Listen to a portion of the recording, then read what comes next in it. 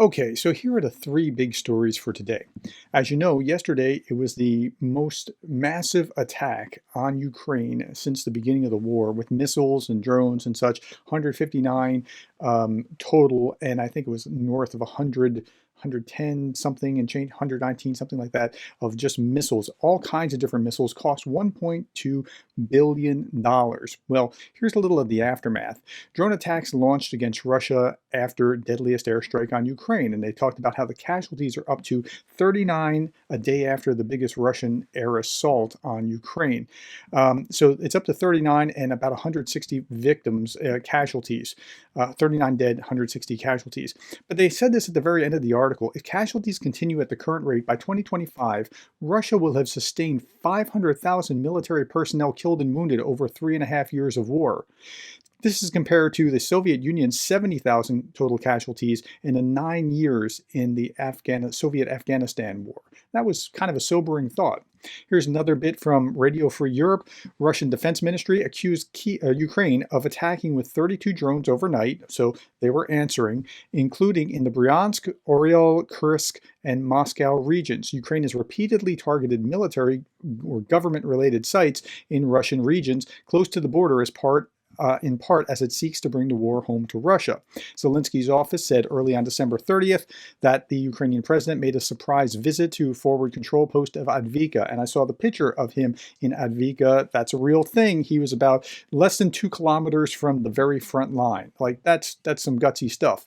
Okay, so with this Belgorod thing, shelling kills 14 in Russia's city of Belgorod following Moscow's aerial attacks across Ukraine. So what's going on here? Again, Russian officials accuse Kyiv of carrying out this attack, which took place the day after this 18-hour aerial bombardment.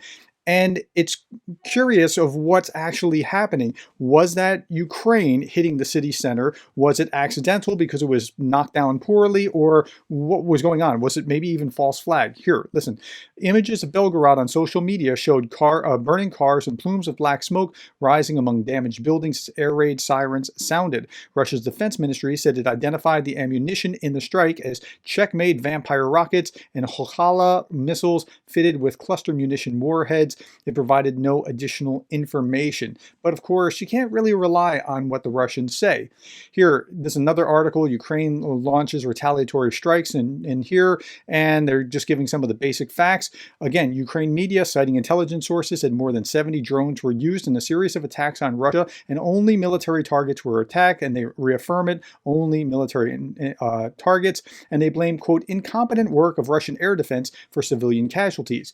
But on Twitter, what you're going to see is things like Che Bose, who's from RT, the Ukrainian army funded, led, and armed by NATO, has just bombed the civilian center of Russian Belgorod. They have directly targeted the city center, kill innocent civilians. No military infrastructure here. I've been there myself. This is murder. But he wasn't squawking yesterday when the Russians were murdering Ukrainians. Again, same with Trey. And then Igor Shushko added this little bit to it. After shelling Belgorod, Russia botched the cover-up and claimed its attacks were conducted by BM-21 Grad equivalent, 122 mm RM-70 MLRS, which has a range of 20 to 25 kilometers. Yet strikes occurred more than 35 kilometers from the border with Russia. So what happened? I'm not sure.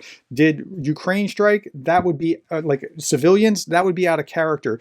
Did Ukraine strike somewhere else and it was knocked down and created that? Possibly. Was it a false flag? I don't know. I'm just telling you what's going on. But the narrative may be, see, Ukraine's this murderous, thuggish kind of, and that's what the Russians want. Now, if the Russians really wanted to provoke that, yesterday would have been a great time to try to provoke that because of this massive attack, and this is the response, and try to gin that up. I don't know what's going on, but that's the news that I have for you. Thank you for your time. Thank you for your patience in listening to me today. Thank you for the likes, the shares, the subscribes, and thank you for being the kind of person that cares about Ukraine.